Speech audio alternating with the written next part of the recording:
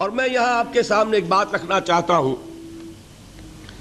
شاید آپ چونکیں بھی پریشان بھی ہو جائیں، لیکن انشاءاللہ وہ پریشانی جلدی رفع بھی ہو جائے گی۔ دیکھیے ہمارے جو اسلاف ہیں، صحابہ کرام کے بعد ائمہ، یہ ہمارے اسلاف میں چوٹی میں ہیں۔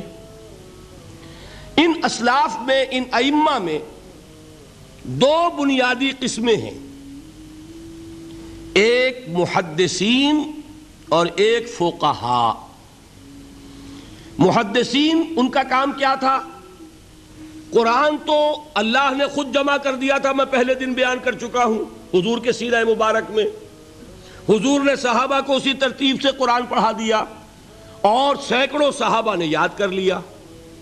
پھر جو کمی اگر رہ گئی تھی کتابی شکل میں حضرت ابوبکر لے آئے، پھر اگر اس میں کوئی فرق پڑ رہا تھا پڑھنے کے انداز میں تو ایک کتابت کے اوپر جمع کر دیا حضرت عثمان نے۔ بات ختم ہو گئی۔ خلافت راشدہ میں قرآن کا معاملہ تو محفوظیت کی آخری درجے کو پہنچ گیا۔ اب اصل مرحلہ کیا تھا؟ حضور کے اقوال مبارک کو جمع کرنا، ان کو بھی تو سمیٹنا ہے نا۔ صحابہ ہیں، منتشر ہو گئے ہیں، کوئی صحابی کوفے چلے گئے، کوئی صحابی دمشق چلے گئے، کوئی کہیں چلے گئے، کوئی کہیں چلے گئے۔ میزبان رسول جو ہے وہ دفن ہے قسطنطنیہ کی فصیل کے باہر، حضرت ابو ایوب انصاری رضی اللہ تعالی عنہ۔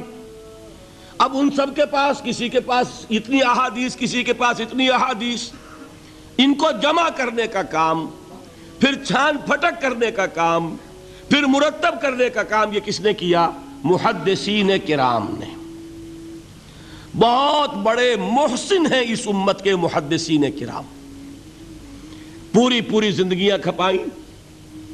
ایسا بھی ہوا ہے، ایک صحابی مدینے سے چلتے ہیں، ایک محدث مدینے سے چلتے ہیں، انہیں معلوم ہوتا ہے کہ ایک صحابی دمشق میں ہے، ایک حدیث وہ بیان کرتے ہیں، ذرا باریک بات ہے سمجھ لیجئے گا۔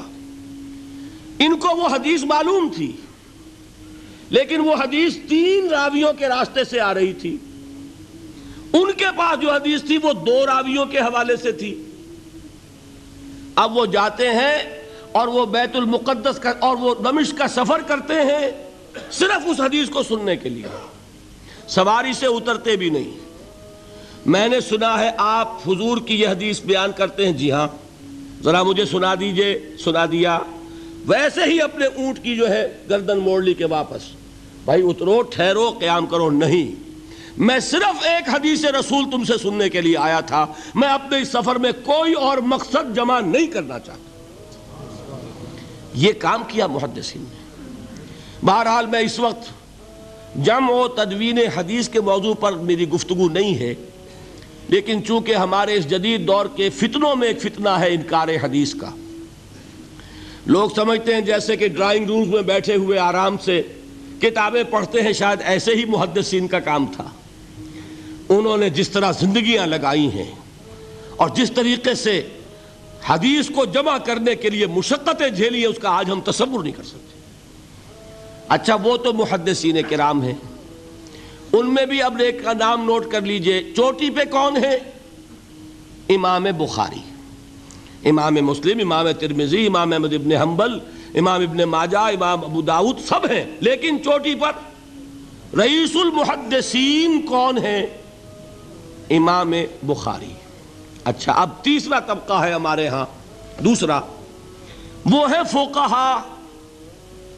قرآن بھی جمع ہو گیا، حدیث بھی آ گئی، اب اس سے احکام نکالنے بھی تو ہے نا، استدلال کرنا ہے، حدیثوں کو جوڑنا ہے، قرآن کے ساتھ ان کا ربط تلاش کرنا ہے، اور پھر کوئی حکم تلاش کرنا ہے، اجتہاد کرنا ہے۔ یہ کام جنہوں نے کیا انہیں ہم کیا کہتے ہیں؟ فقہاء کرام۔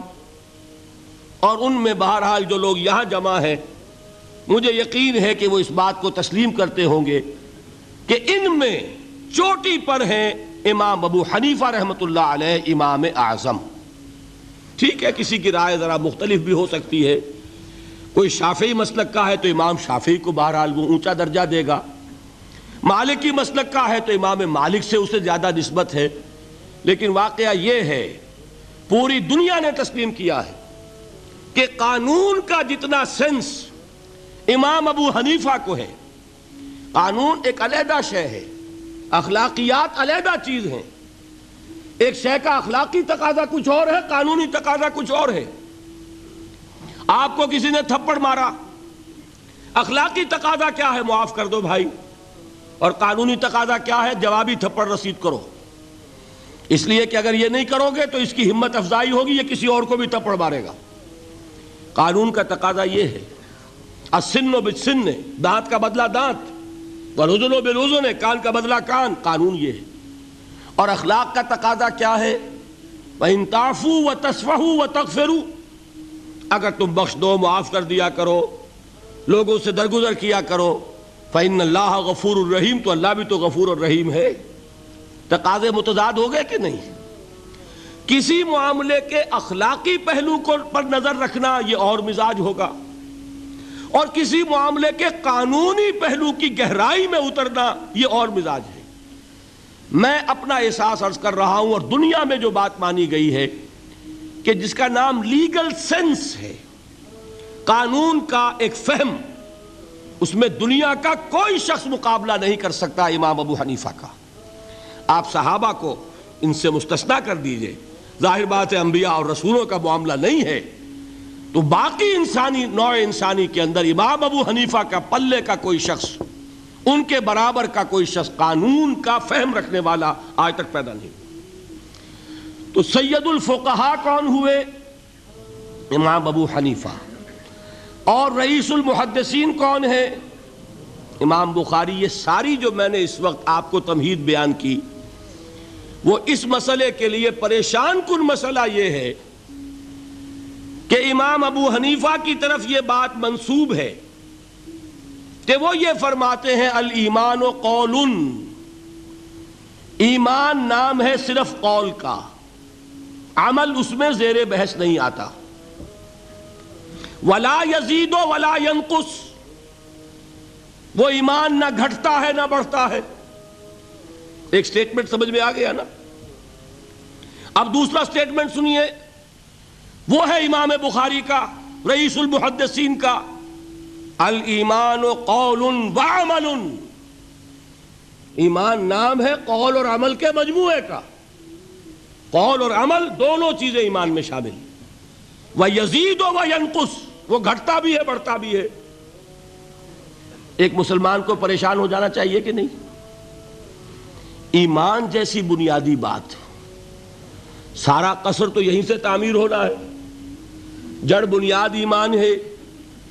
ایمان کے بارے میں کوئی 14ویں صدی کے 15ویں صدی ہجری کے کوئی علماء ہوں، بڑے سے بڑے ہوں، ان کا اختلاف ہو جائے تو تشویش نہیں ہوگی۔ یہ کن کے درمیان اختلاف ہو رہا ہے؟ رئیس المحدثین امام بخاری اور سید الفقہاء امام ابو حنیفہ۔ اور کتنا بنیادی اختلاف، بظاہر متضاد باتیں، بظاہر کہہ رہا ہوں میں نے کہا تھا مجھے پہلے آپ کو پریشان کرنا ہے، پھر تاکہ آپ کی سمجھ میں بات آئے یہ پریشانی رفع کیسے ہوتی ہے، اسی سے علم میں اضافہ ہوتا ہے۔ بات جو ہے وہ گہرائی کے ساتھ سمجھ میں آتی ہے کہ مسئلہ پہلے سامنے ہو۔ مسئلے کی اہمیت سامنے نہیں ہوگی تو آپ توجہ اتنی نہیں کریں گے۔ تو دیکھیے تضاد کتنا ہے، بعد المشرقین جسے کہتے ہیں ہم اپنے محاورے میں، کہ ایک مشرق کی بات ہے تو دوسری مغرب کی ہے۔ الایمان قول، نہیں، الایمان قول وعمل، تضاد ہے نا۔ لا یزید ولا ینقص، نہیں، یزید وینقص۔ تو یہ تو معلوم ہوتا ہے کہ بہت زبردست اختلاف ہے جو حل نہیں ہو سکے گا۔ اللہ تعالیٰ کا شکر ادا کرتا ہوں، اس نے اس کا حل سمجھایا۔ اور کیسا سمجھایا؟ میں پورے انشراح صدر کے ساتھ کہہ رہا ہوں، اس میں کوئی تصنع نہیں، کوئی تکلف نہیں۔ میرے نزدیک دونوں باتیں 100% درست ہیں۔ یہ نہیں کہ 50% یہ درست 50% وہ درست، نہیں، یہ بھی 100% درست، یہ بھی 100% درست۔ فرق کیا ہے؟ محل مختلف ہے۔ امام ابو حنیفہ قانونی ایمان کی بات کر رہے ہیں اور امام بخاری حقیقی ایمان کی بات کر رہے ہیں۔ قانونی ایمان کے اعتبار سے 100% درست ہے یہ بات کہ وہ صرف قول ہے، عمل نہیں، زیر بحث آئے گا۔